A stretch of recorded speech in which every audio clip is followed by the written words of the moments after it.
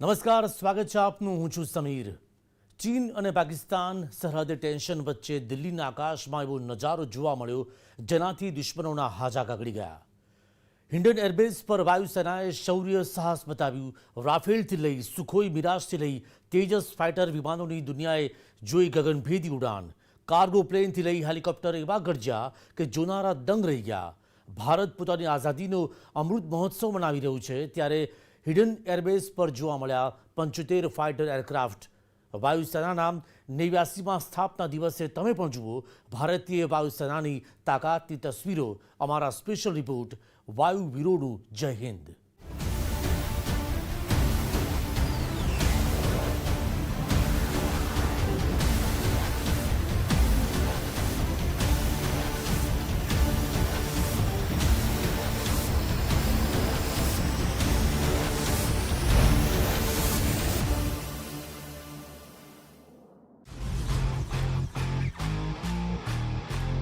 भारतीय वायुसेनानी पराक्रमी उड़ान.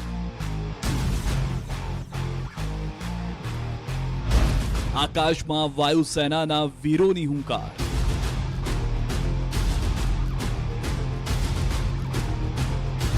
ચીન અને પાકિસ્તાનની ઊંઘ થઈ હરામ.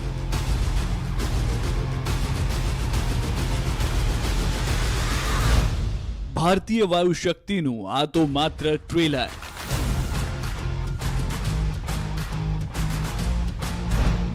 एयरफोर्स डे पर वायुसेनानी ताकत.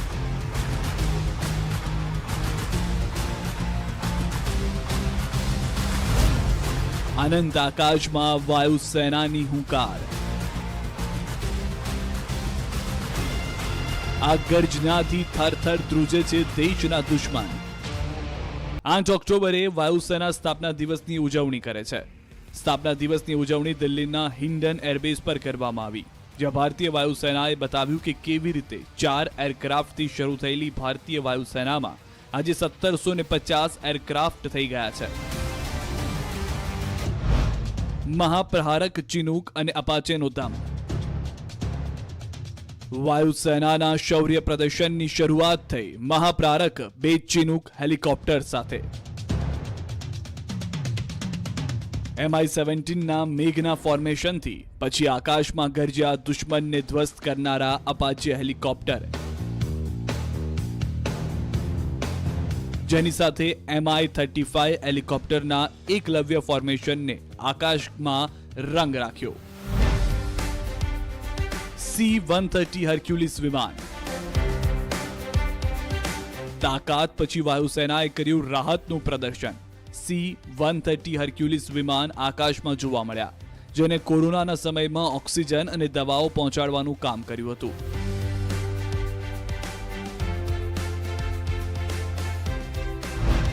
C-17 ગ્લોબમાસ્ટર વિમાન. રાહત બાદ આકાશમાં જોવા મળ્યું C-17 ગ્લોબમાસ્ટર વિમાન સાથે રોમાંચક દ્રશ્ય. ગ્લોબમાસ્ટર સાથે સુખોઈ 30 MKI વિમાનના અંદાજથી લોકો દંગ રહી ગયા. આ આકાશી રોમાંચને નામ આપવામાં આવ્યું ટ્રાંક.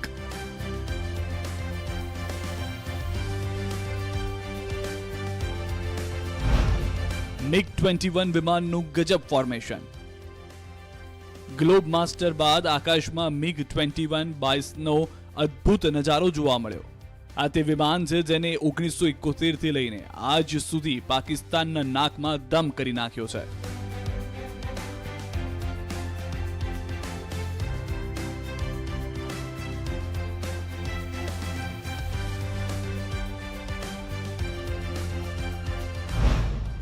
જગવાર વિમાનનો આકાશમાં દમ. પછી આકાશમાં જોવા મળ્યું શમશેર ફોર્મેશન. આ ફોર્મેશન સાથે આકાશમાં 5 જગવાર વિમાનોએ પોતાનો દમ દેખાડ્યો. આ વિમાનોએ 1971માં પાકિસ્તાનની હાર પાકી કરી હતી. આ માત્ર વાયુસેનાના શૌર્ય અને વીરતાનું પ્રદર્શન નથી, પણ દુશ્મનોને સીધો સંદેશ છે કે ચેતી જાય ચીન અને પાકિસ્તાન, કેમ કે ભારતના વાયુવીરો માટે કશું પણ અસંભવ નથી. આકાશના આ યોદ્ધા ભારતની સૌથી મોટી રાફેલની તાકાતથી ડરે છે દુશ્મન. વાયુસેનાનો આ છે સૌથી નવો યોદ્ધા.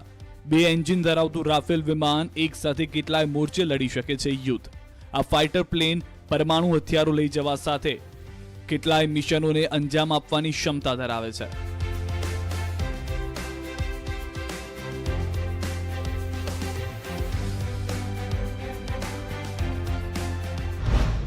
આ વિમાનની મારક ક્ષમતા 350 કિલોમીટર છે, જેની ઝડપ 1900 કિલોમીટર પ્રતિ કલાક છે, જેની રેન્જ છે 300 કિલોમીટર. આ વિમાનની ખાસિયત એ છે કે તે 1 મિનિટમાં 30 mm તોપથી 2500 રાઉન્ડ બંને સાઈડથી ફાયર કરી શકે છે. સુખોઈ વિમાનનો નથી કોઈ તોડ. કોઈ પણ વિમાન તાકાત તેના સેન્સર અને મારક ક્ષમતાથી માપવામાં આવે છે. આ મોરચે આ સુખોઈ વિમાનનો કોઈ તોડ નથી.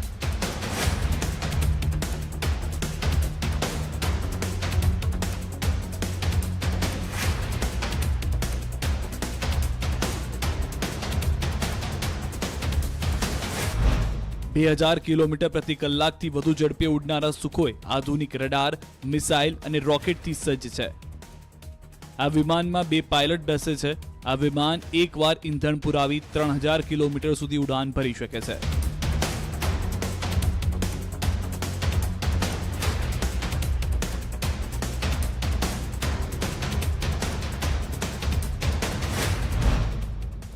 મિરાજ વિમાનનો અચૂક વાર. આ વિમાનોને નહીં ભૂલ્યું હોય પાકિસ્તાન. બાલાકોટ એર સ્ટ્રાઇકમાં આ વિમાનોએ પીઓકેમાં તમામ આતંકી અડ્ડાઓને નેસ્ત નાબૂદ કર્યા હતા. કારગિલ યુદ્ધમાં પણ મિરાજ વિમાન દુશ્મન પર કહેર બનીને વરસ્યા હતા.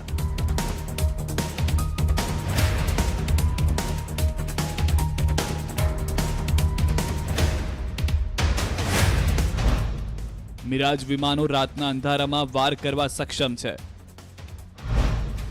17,000 કિલો સુધી બોમ્બ લઈ જવા સક્ષમ છે. મહત્તમ સ્પીડ 2336 કિલોમીટર છે. MiG-29 વિમાનનો દમ. કારગિલ યુદ્ધમાં મિરાજ વિમાનો સાથે MiG-29 વિમાનોએ પાકિસ્તાનને ધૂળ ચાટતું કર્યું હતું.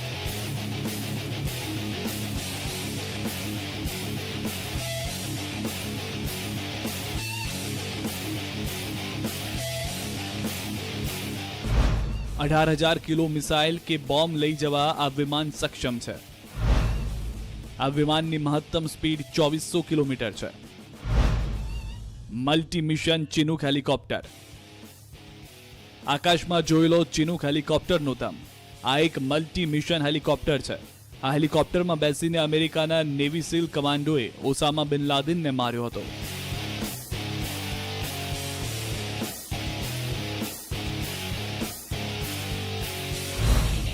ભારત પાસે ચિનુક CH-47F છે. 9.6 ટન વજન વહન કરવાની ક્ષમતા છે. આ હેલિકોપ્ટર તોપ, બખ્તરબંધ ગાડીઓ લઈ જવા સક્ષમ છે.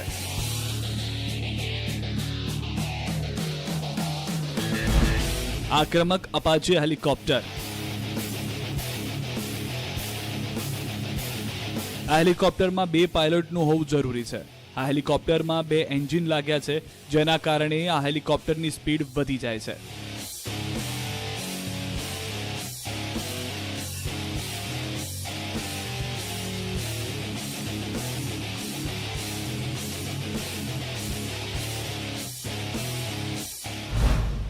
આ હેલિકોપ્ટરની ડિઝાઇન એવી છે કે તે રડારમાં પણ નથી આવતું. આ હેલિકોપ્ટર પાસે 16 એન્ટી ટેન્ક મિસાઇલ છોડવાની ક્ષમતા છે. આ હેલિકોપ્ટરને માઉન્ટ વોરફેર માટે શ્રેષ્ઠ માનવામાં આવે છે.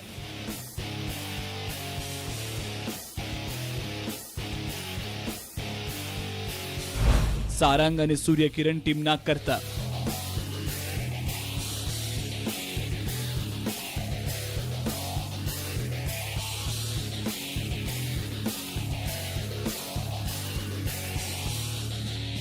કલાબાજીમાં માહેર છે સારંગ હેલિકોપ્ટર અને સૂર્યકિરણની ટીમ.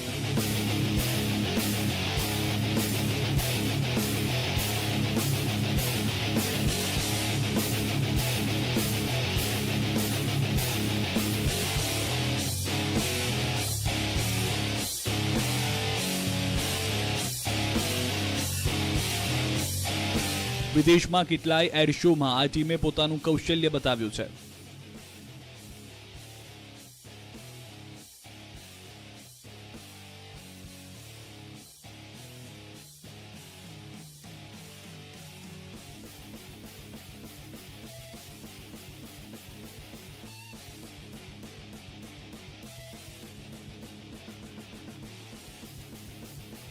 વાયુસેનાના આ શૂરવીરોના કારણે જ દેશનું માથું આજે ગર્વથી ઊંચું છે.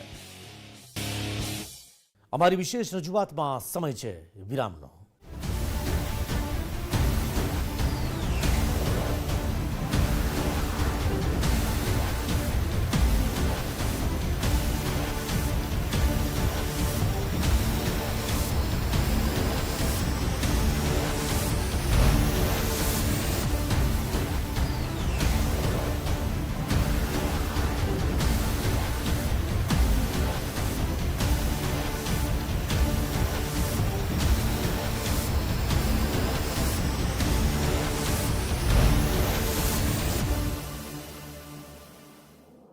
ભારતીય વાયુસેના દેશની સુરક્ષા તો કરે જ છે, પણ જ્યારે જ્યારે દેશમાં કુદરતી આફતો આવી છે ત્યારે પણ ભારતીય વાયુસેનાએ મહત્વપૂર્ણ ભૂમિકા ભજવી છે.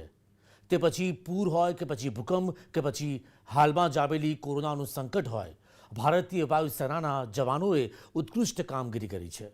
વાયુસેનાના મહત્વપૂર્ણ મિશન. દેશમાં ક્યાંય પણ આફત આવે, એરફોર્સના વાયુવીરો તુરંત રાહત સામગ્રી લઈને પહોંચી જાય છે.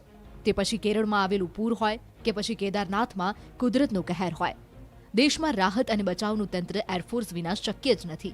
કોરોના કાળમાં પણ એરફોર્સે મહત્વપૂર્ણ ભૂમિકા ભજવી. એક જગ્યાએથી બીજી જગ્યાએ દવા અને ઓક્સિજન ટેન્કર પહોંચાડ્યા.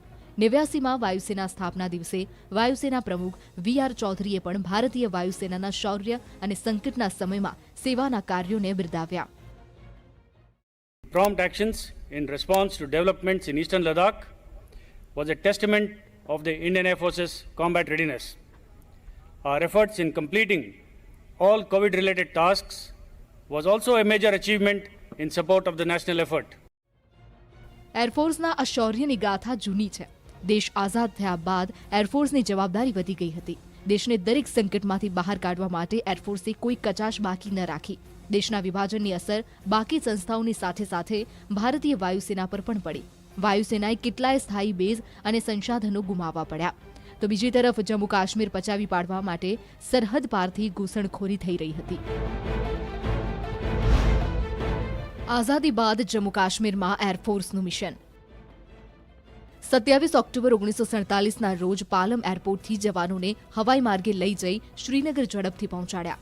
તે સાથે જ અંબાલા ફ્લાઇંગ સ્કૂલમાંથી સ્ટ્રીક ફાઇટર પ્લેનની ટુકડી શ્રીનગર પહોંચી અને પલટનની આગળ હુમલાખોરો પર ગોળીબાર કરવા લાગી.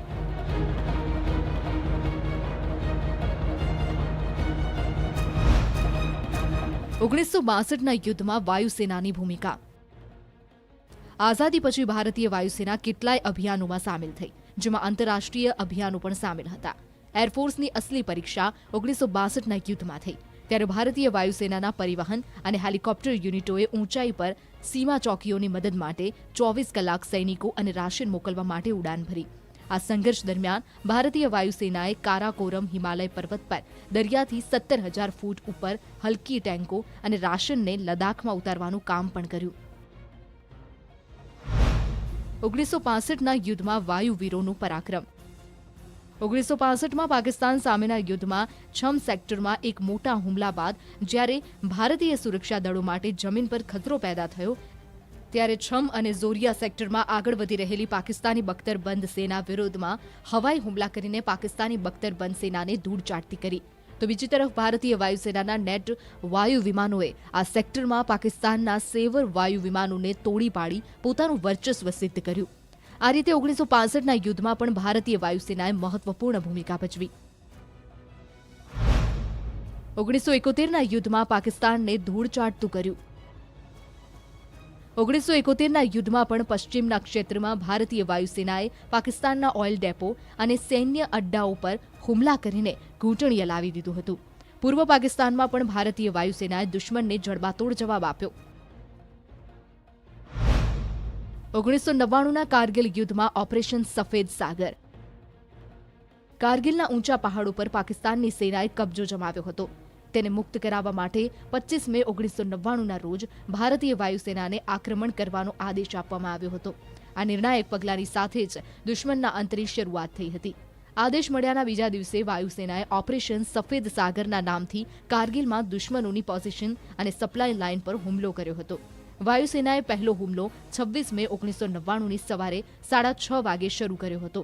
આ હુમલાના MiG-21, MiG-27, ML અને MiG-23BN લડાકુ વિમાનોએ અંજામ આપ્યો હતો. આ ઓપરેશન સૈન્યની દુનિયામાં ચર્ચા થઈ, કેમ કે પહેલીવાર આટલી ઊંચાઈ પર વાયુસેનાએ દુશ્મનોને ખદેડ્યા હતા.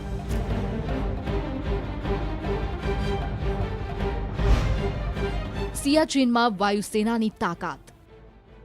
દુનિયાના સૌથી ઊંચા યુદ્ધ ક્ષેત્રમાં જવાનોને ભારતીય વાયુસેના રાશન અને બીજો સામાન પહોંચાડી રહી છે. આ દુર્ગમ વિસ્તારમાં ભારતીય વાયુસેનાના ઓપરેશન જોઈ દુનિયા દંગ રહી ગઈ છે. પાકિસ્તાને પુલવામામાં કરેલા આતંકી હુમલાનો જવાબ ભારતીય વાયુસેનાએ એર સ્ટ્રાઇકથી આપ્યો. ચીન સાથે સરહદ પર ટેન્શન ચાલી રહ્યું છે, ત્યારે લદાખ અને પૂર્વોત્તરમાં ભારતીય વાયુસેના ચીનની દરેક ચાલનો જવાબ આપી રહી છે. ભારતીય વાયુસેના ચોથી સૌથી શક્તિશાળી વાયુસેના છે. દેશને ભારતીય વાયુસેના અને વાયુવીરો પર ગર્વ છે. તો આજની આ વિશેષ રજૂઆતમાં અત્યારે બસ આટલું જ. નમસ્કાર.